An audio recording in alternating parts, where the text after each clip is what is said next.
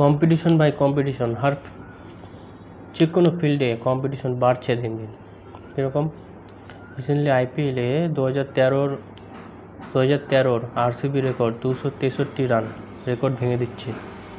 KKR 272, Sunrisers Hyderabad 277 20 ওভারে। ভাবা যায় মানে কী লেভেলের কম্পিটিশন বাড়ছে। মানে তুমি যদি ওই 150-200 রানের টার্গেট নিয়ে মাঠে নামো, তোমাকে আর জিততে হবে না। তোমাকে জিততে হলে 300 রানের টার্গেট নিয়ে মাঠে নামতে হবে, নাহলে তুমি জিততে পারবে না। একটা দিন আসবে দেখবে 20 ওভারে 400 রান করছে। ঠিক তেমনই যে কোনো আজকে ইন্ডিয়ার যে কোনো কম্পিটিটিভ এক্সাম কোয়ালিফাই করতে গেলে তোমাকে আগের বছরের কাট অফ দেখে প্রিপারেশনে নামলে তোমাকে আর কোয়ালিফাই করতে হবে না। তোমাকে টার্গেট রাখতে হবে কীভাবে ফুল মার্কস পাওয়া যায়। মেনলি এসএসসি যেই নোটিফিকেশন বেরিয়েছে, তো যারা আগের বছরের কাট অফ দেখে টার্গেট করবে যে কাট অফ ক্লিয়ার করতে হবে, তাহলে আর এক্সাম কোয়ালিফাই করতে হবে না।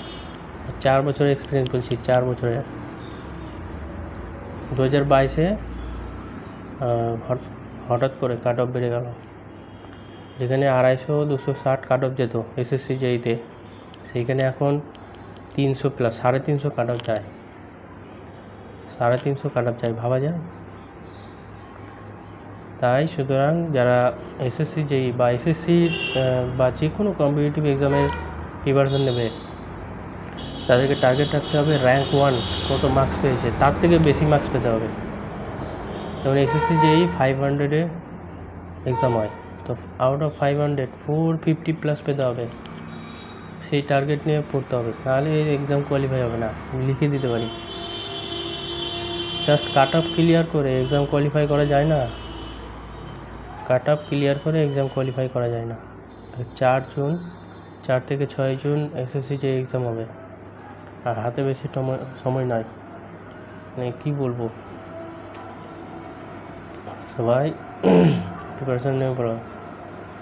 আইপিএল দেখছো তো, আর ফিল্মে এরকম কম্পিটিশন বাবু, দেখলে হবে অস্তিত্বের লড়াই, টিকে থাকার লড়াই। ওই 150-200 রান নিয়ে মাঠে নামলে তুমি টিকতে পারবে না। 300-400 রানের টার্গেট নিয়ে মাঠে নামছে কেকেআর হায়দ্রাবাদ। আন্দ্রে রাসেল আর সুনীল নারিন, ওয়েস্ট ইন্ডিজের মাল। মাঠে নেমেই 4 ছক্কা। আগে কি করতো, আগে ওই নেমে সিঙ্গেল রান নিয়ে 15 ওভার পর্যন্ত যেত, তারপরে 4 ছক্কা মারতো। এখন ওই জমানা খতম।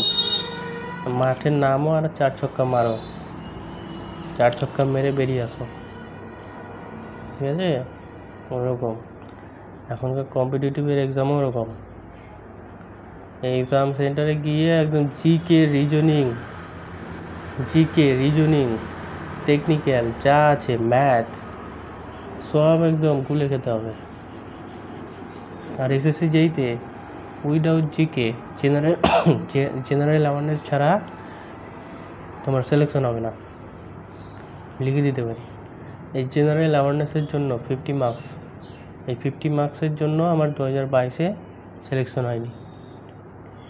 আউট অফ 50-তে 4 পেয়েছিলাম, 4। তো এখানে 50-এ মোটামুটি 30+ পেতে হবে, তবে গিয়ে সিলেকশন হবে, সমঝা? ওকে, সবাই কে এসএসসি যে প্রিপারেশন নিচ্ছ নিচে কমেন্ট করো, ঠিক আছে? আর চ্যানেলটাকে সাবস্ক্রাইব করো।